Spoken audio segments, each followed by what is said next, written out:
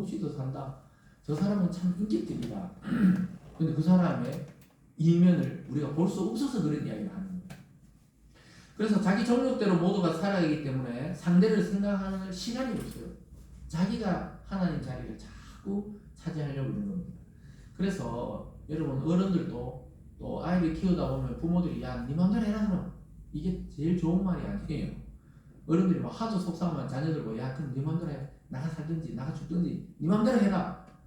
이게 굉장히 무서운 말이잖아요. 오늘 이 성경에서 고상하게 표현했지만 하나님의 유기, 하나님의 버려두심이 그렇게 무서운 거예요.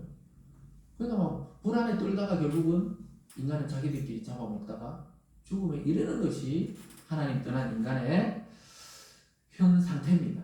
그럼 오늘 두 번째로 보면은 그 더러움에 버려둔 결과가 뭐냐? 그 인간들이 하나님을 떠나니까 그 결과가 뭐냐? 피조물을 하나님보다 더 섬기고 있더라 이 말이에요. 피조물을 막 섬기는 거예요. 뭔가 의지해야 되는데 의지할 게 없으니까 피조물들을 막 섬기는 거예요. 사람을 섬기든 동물 모양을 만들어 섬기든 자연을 막 보고 섬기든 아니면 요즘에 막 돈이 우상이 돼가 돈을 막 섬기든 돈 때문에 사람을 죽이고 속이고 또 사기치고 이렇게 하든 그게 이제 하나님 자리에 돈을 올려놓은 거죠. 그리고 아니면 어떤 사람은 사상에 빠지는 경우도 있어요. 그 이념이라 그러죠. 어떤 사람 철학과 이념에 빠져서 막 그래서 막 한때는 막 뭐 예전에 저희들이 어릴 때죠. 대학 가기 전이었죠. 80년대는 막 주체 사상 그걸 막 몰라 공부해가지고 막 이게 막 이 유토피아가 될 것 같은 거예요. 그렇게만 되면은 이 프로레타리아 막 돈 있는 놈 이런 사람들 막 다 잡아서 막 이게 이 체제를 뒤집는 거죠. 이렇게 하면 아름다운 세상이 올 거라 생각했어요. 근데 그걸 적용했던 나라들이 전부 경제가 후퇴됐어요. 그 옛날에 동유럽의 공산권이나 옛날에 소련이나 뭐 북한은 말할 것도 없지만 그 사람들이 막 그런 사상을 가지고 유토피아를 만들어 보려고 했지만 결과는 뭐냐? 100년도 못 가서 거의 다 체제를 바꾸는데 빠졌습니다. 그래서 어떤 사람은 그게 막 우상이 돼요. 이념이 우상이 돼요. 그러니까 이념 전쟁은 정말 부모 자식도 없어요. 그러니까 이념이 다르면 자식을 죽이기도 하고 부모를 죽이기도 하고 이런 일이 전쟁 속에서 일어났던 것이죠. 그게 전부 우상이란 말이에요. 우상. 그러니까 하나님을 대체하는 어떤 것도 우상이 되는 거예요. 근데 왜 그렇게 우상을 세우느냐? 궁극적으로는 자기가 하나님이 되고 싶은 거예요. 사람은. 그래서 우상을 대신 하나님 대신 섬기고 만드는 것입니다. 23절로 다시 올라가 보면요. 이런 말씀이 있었죠. 지난 시간에 했던 말씀인데 함께 읽어보면 23절입니다. 시작. 썩어지지 아니하는 하나님의 영광을 썩어질 사람과 새와 짐승과 기어다니는 동물 모양의 우상으로 바꾸었느니라. 그 죄와 정욕에 빠진 인간이 만들어내는 것은 뭐냐? 결국 하나님의 그 영광을 대신할 그 대체제 우상을 만들어 놓고는 자기가 하나님이 되고 싶어 하는 겁니다. 이어지는 25절의 앞부분에도 이렇게 말하죠. 이는 그들이 하나님의 진리를 거짓 것으로 바꾸어 피조물을 조물주보다 더 경배하고 섬김이라. 피조물이잖아요. 피조물이라는 것은 하나님이 만든 만물과 인간, 이 피조물을 창조주이신 그 조물주 하나님보다 더 경배하고 섬기는 상태에 빠져 있다는 거예요. 하나님의 이 밖에 떠나 있는 인간의 상태가 이렇다는 겁니다. 자기 정욕대로 살고 싶어서 우상을 만들어내는 거예요. 왜냐하면 그래야 이 죄를 지어도 죄책감이 없잖아요. 자기가 만드는 신에게 빌면 되니까 자기 멋대로 살고 싶어서 우상을 만듭니다. 우상에 힘이 없다는 거 알아요. 저 산꼭대기에 뭐 가서 쓰고 있는 바위 하나 있잖아요. 그거 가서 막 빌잖아요. 그 바위에 뭐가 없다는 거 알아요. 그 뒤에는 아무도 없고 밑에도 아무것도 없어요. 근데 그 앞에 절하고 또 그 앞에서 경배하는 자기 자신의 그 종교성이 극대화되거든요. 이 우상은 자기 종교성을 극대화시켜요. 그래서 1000배를 합니다. 108배를 하고 막 그리고 뭐 산당에 또 빌어요. 빌면은 자기 마음이 거룩해지고 순결해지는 것처럼 인간은 느낍니다. 그래서 자기가 있잖아요. 거룩해진다고 느끼는 거예요. 그래서 결국은 자기가 우주의 중심이 되고 자기가 부처가 되고 자기가 하나님이 되고 자기가 가장 위에 가 있어요. 그러니까 하나님을 안 믿는 거예요. 우상의 위험성이 결국은 뭐냐? 자기가 하나님을 대체하고 있는 거예요. 아담과 하와가 왜 타락했어요? 첫사람부터가 네가 하나님같이 된다. 뭘 먹으면요? 선악을 알게 하는 나무의 실과를 먹으면 니도 하나님같이 되는데 뭐 하나님 말을 듣냐. 그게 하나님께로 온 말씀이 아니라 사탄에게서부터 온 말이었다는 겁니다. 근데 그 말이 너무 매력적인 거예요. 하나님같이 된다고. 그래서 막 사람들은 전부 지금 알고 보면 자기가 하나님같이 되려고 하는 거기에 빠져 있는 겁니다. 그래서 사이비나 그 이단에서는 사람이 결국은 파고 들어가 보면 누가 한 명이 딱 있어요. 그 사람이 하나님을 대체하고 있는 겁니다. 그게 바로 우상인 것이죠. 그래서 오직 하나님께로 나오는 방법만이 우리 마음속의 죄를 해결합니다. 하나님께로부터 나온 방법이 뭡니까? 복음이죠.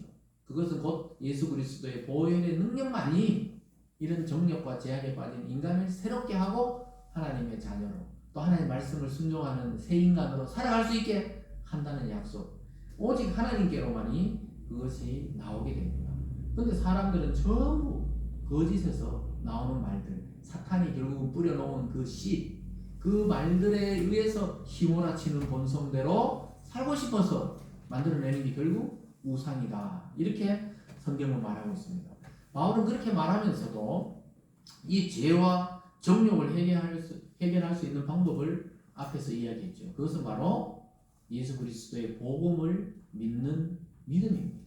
그래서 저와 여러분이 예수 그리스도를 믿는 믿음이 우리 속에 날마다 믿음으로 살지 않으면 어떻게 돼요? 우리도 예수님 믿어서 구원받는 건 지장 없다 해도 이 하루하루 살아갈 때 자꾸 우리의 이 정욕, 우리의 본성대로 추구하거나 그렇게 말하거나 그렇게 생각할 확률이 굉장히 높아요. 그래서 날마다 말씀을 통해 바울 사도처럼 자기 자신을 처복종시키지 않으면 불쑥 올라와서 상대를 잡아먹으려고 하는 이러한 죄악이 우리 속에도 넘쳐나고 있습니다. 그래서 우리는 왜 이렇게 말씀을 매일 듣고 또 매주 하느냐? 그렇지 않으면 자기 자신을 비춰볼 거울이 없어요. 그럼 만약에 여러분 1년 내내 그냥 자기 생각대로 사는 사람들과 여러분들과는 이제 완전히 생각이 많이 차이가 납니다. 자기 정력대로 그냥 지금 밖에 사람들이 그냥 살아가는 거예요.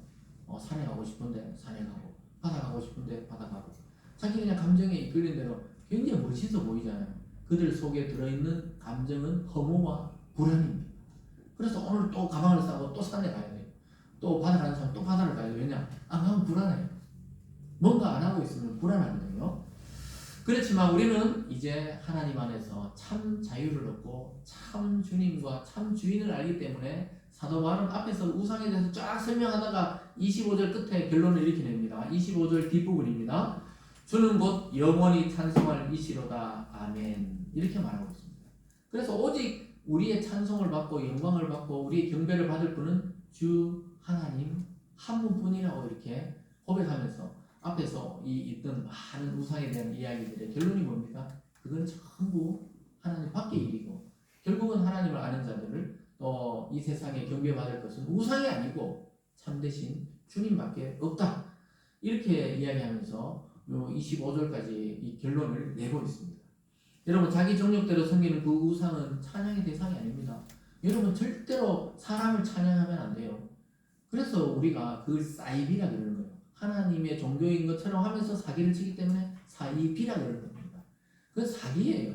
종교를 빙자하는 사기입니다. 아무리 거룩한 말씀을 하고 아무리 거룩히 사는 것 같아도 자기가 하나님을 대체하면 그것은 안 되는 것이죠. 그래서 바울은 우상과 다른 주님만이 참신이심을 오늘 찬송하고 있습니다. 사랑하는 성도 여러분, 우리의 창조이신 하나님을 지향하지 않고 악에게로 자꾸 기울어지려고 하는 우리 마음속에 이 내재적인 성향, 이 성향을 오늘 본문에서 정욕이라 합니다. 그래서 이것을 제어할 수 있는 방법은 오직 하나님의 말씀과 성령으로 나를 새롭게 하지 않으면 우리는 계속 여전히 교회에는 다니는데도 내 정욕대로 살 확률이 높습니다. 그것은 참 성도의 모습이 아니죠. 그래서 하나님의 분노와 심판으로 유기된 사람들의 일반적인 감정이 바로 정욕인데요. 그래서 그냥 자기 멋대로 산다 이 말입니다. 결국 정욕대로 산다는 것은 자기 마음대로 산다는 거예요. 그들은 결국 하나님이 만드신 피조물을 하나님보다 더 숭배하고 사랑하고 가치를 부여하고 있습니다. 하나님보다 자기의 가치를 소중히 여기는 것이 그대로 그들과 연결되어 있습니다. 성경적인 판단보다 자기 개인의 감정과 환경에 따라 생각하고 결정을 내리는 것입니다. 그래서 우상 숭배의 궁극적인 목적지는 어디입니까? 자기가 하나님과 같아지는 거예요. 내가 돌을 닦는 이유가 뭡니까? 돌을 닦는 사람들은 그래서 결국은 신의 경지, 내가 부처가 되는 거예요. 그래서 그 불교에서 인사는 성불하십시오. 이게 뭐죠? 부처가 되십시오. 자기가 신의 자리에 가는 거예요. 불교를 막 비난하려고 그러는 말이 아니고 그 근본이 결국 그겁니다. 우리는 뭐예요? 예수를 닮아가고 성화되어 가지만 사실은 예수를 믿는 거예요. 믿는 거. 예수님이 나를 위해 십자가에 돌아가시고 내 죄를 대신하기 위해 피 흘려 내 죄를 씻었다는 그 사실을 믿는 믿음, 그것으로 우리는 살아가는 것입니다. 그래서 차이가 굉장해요. 사실은 전혀 다른 방식입니다. 모든 종교가 같아 보이지만 사실 굉장히 다른 거예요. 다른 거. 그래서 뱀의 유혹처럼 지금도 야, 네 마음대로 살면 되지. 야, 네 개성대로 살아라. 네 자유대로 살아라. 굉장히 멋진 말 같잖아요. 결국은 하나님과 충돌하게 되는 것입니다. 그래서 하나님과 같이 되라는 유혹이 인간에게 가장 강력한 유혹이 되고 있습니다. 그것은 하나님으로부터 온 감정이 아닙니다, 여러분. 누구로부터 왔다고요? 사탄으로부터 온 거예요. 그래서 우리 감정을 오염시킨 겁니다. 우리는 오염된 상태로 태어났다니까요. 그래서 우리 감정을 너무 믿어서도 안 돼요. 내 마음은 순수하다. 그래서 비는 거잖아요. 비는 종교들은. 순수하지 않아요. 인간은 오염된 상태. 아담 아래서 태어난 모든 인간은 죄의 본성을 가지고 태어난 것입니다. 그것을 제거하려면 거듭나야 돼요. 모든 인간은 자기 욕망의 끝에 바로 자기가 하나님이 되는 자리에 가 있는 것입니다. 자기 인생의 주인이 되고 싶고 자기 마음대로 세상이 돌아갔으면 좋겠다고 생각하고 있습니다. 그래서 바울은 복음의 핵심은 모든 믿는 자에게 구원을 주시는 하나님의 능력이다 하고 나서는 하나님을 믿지 않는 자는 구원의 능력이 작동하지 않기 때문에 자기 정욕대로 살아요. 그래서 여러분 이 세상에는 하나님의 말씀과 구원의 능력대로 가는 사람과 자기 정욕대로 가는 사람, 이 두 부류의 사람이 지금 여러분의 삶의 현장에서 살아가고 있어요.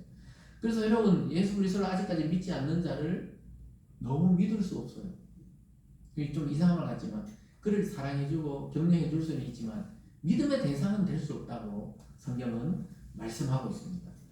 그래서 우상숭배의 현상은 바로 하나님이 버려두신 상태입니다. 이미 그들이 그들 자신으로 분노와 진노를 받고 있는 거예요. 하나님의 심판을 우상숭배하는 그 자체가 이미 하나님의 진노를 받고 있는 거예요. 자기 정욕대로 사는 사람 뭐 있어 보이잖아요. 멋있게 성취하는 것 같잖아요.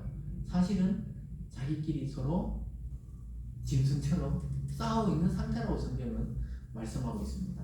사랑하는 여러분, 여러분이 매일 만나는 사회 속에서, 직장 속에서, 또 여러분의 그 이웃들, 아직까지 그리스도를 모르는 사람들의 본성을 우리는 잘 알아야 돼요.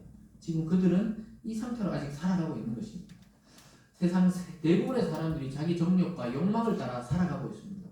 삶의 원동력이 하나님의 말씀과 하나님의 은혜가 아니라 자기 정욕과 욕망대로 사는 사람 속에 우리도 살아가기 때문에 예수님은 늘 우리를 볼 때 너희를 보냄이 마치 양을 이리 가운데 보낸 것 같다.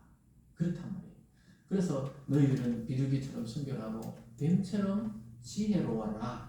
이렇게 말한 이유가 이리들 가운데 여러분들이 지금 또 예수 믿고 양으로 살아가야 되기 때문에 그래요. 우리도 가끔씩 막 양의 탈을 벗고 막 이리처럼 싸우기도 하지만 그래도 여러분은 많이 양이 됐습니다. 그래서 여러분 한 주 동안도 이 세상에 하나님을 다 의지하시고 지혜를 가지고 이 세상을 믿음으로 또 복음으로 한 주도 승리하시길 주님의 이름으로 축복합니다. 네. 기도하겠습니다. 사랑의 하나님 아버지 감사드립니다. 오늘 말씀을 통해 우리가 예수 그리스도를 모를 때 우리의 상태와 또 지금 현재도 그리스도를 모르는 많은 사람들의 추구하는 삶의 방식과 또 그들의 감정 상태를 말씀으로 진단하게 하시니 감사드립니다. 하나님, 우리가 더 이상 예수 그리스도를 모를 때에 그 종욕적인 삶에서 벗어나 우리의 욕망대로 살려고 하는 그 삶을 벗어나서 하나님의 뜻과 하나님의 은혜와 또 하나님의 말씀에 순종하는 삶을 살아가는 우리를 다 되게 하여 주시옵소서. 감사드리며 예수님 이름으로 기도드리옵나이다. 아멘. 우리 다 같이 495장